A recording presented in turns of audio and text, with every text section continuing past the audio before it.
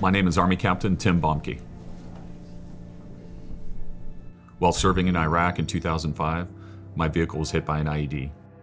This resulted in the amputation of my right leg, salvage of my left leg, burns, and a TBI.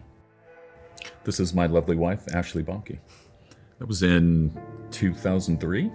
Yeah, we're both working at a Starbucks, and we met there.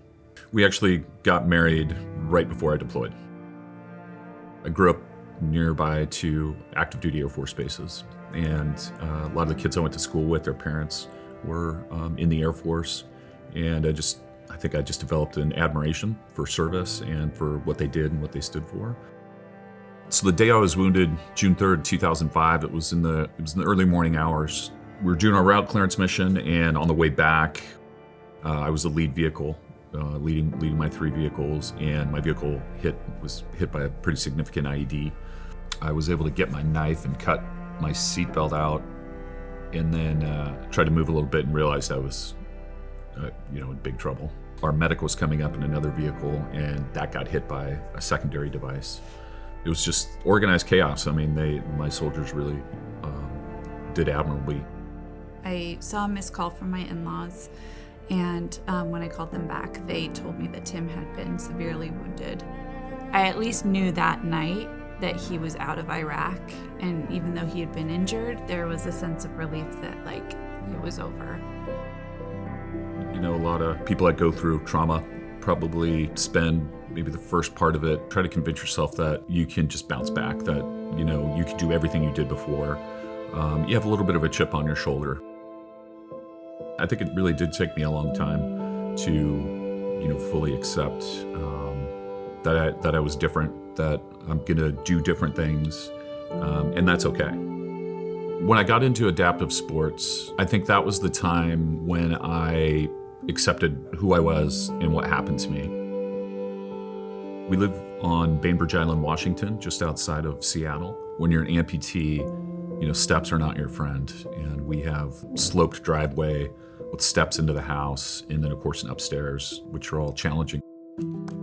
We were fortunate enough to go to a key ceremony in our local area and kind of see a house firsthand, how it could work for us and for other veterans. And that veteran, was mostly wheelchair bound, and just watching him go around that house and how excited he was, and seeing those adaptations firsthand it just blew me away.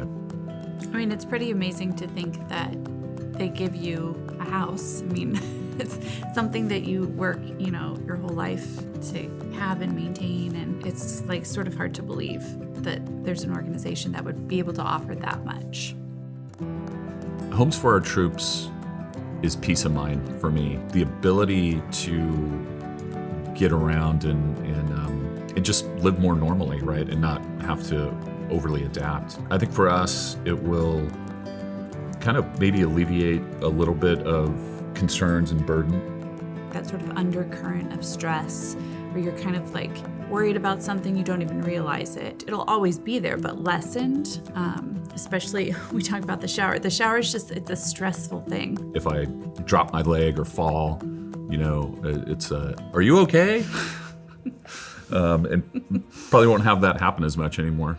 Homes for Our Troops is an opportunity for our family to thrive, not just to get by and survive and kind of get through life, but to really relax into life and enjoy it, and to do all of the things that we as a family want to do together.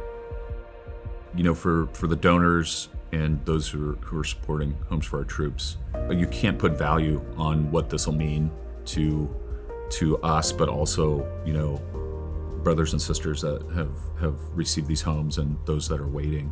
Having a safe home it's the foundation of your life. It's such a big gift. It makes a big difference to us. I'm so appreciative when I see, the names of the donors on the list and everything. I mean, it means a lot to me that it means a lot to them.